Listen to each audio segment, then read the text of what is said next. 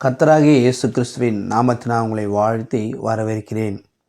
கிறிஸ்துவுக்குள் யாருக்கெல்லாம் சகலமும் நன்மைக்கு ஏதுவாக நடக்கும் என்று வேதத்தின்படி அடிப்படையில் நாம் பார்க்க போகிறோம்.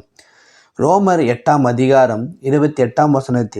அன்றியும் அவருடைய தீர்மானத்தின்படி அழைக்கப்பட்டவர்களாய் தேவனிடத்தில் அன்பு கூறுவர்களுக்கு சகலமும் நன்மைக்கு ஏதுவாக நடக்கிறது என்று அறிந்திருக்கிறோம். முதலாவது, தேவனுடைய தீர்மானத்தின்படி நம்ம அழைக்கப்பட்டிருக்க வேண்டும். இரண்டாவது, முக்கியமாக ஒன்று, அவரிடத்தில் அன்பு கூறுவர்களுக்கு சகலமும் நன்மைக்கு ஏதுவாக நடக்கிறது என்று அறிந்திருக்கிறோம். தேவனிடத்தில் நாம் எப்படி அன்பு கூற வேண்டும்?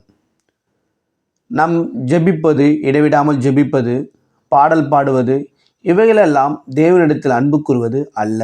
தேவனிடத்தில் அன்பு கூறுவது என்று நாம் வேதத்தின் அடிப்படையில் பார்க்கும் பொழுது யோவான் 14 என் கற்பனைகளை பெற்றுக்கொண்டு அவைகளை கைக்கொள்கிறவனே என்னிடத்தில் அன்பாயிருக்கிறான்.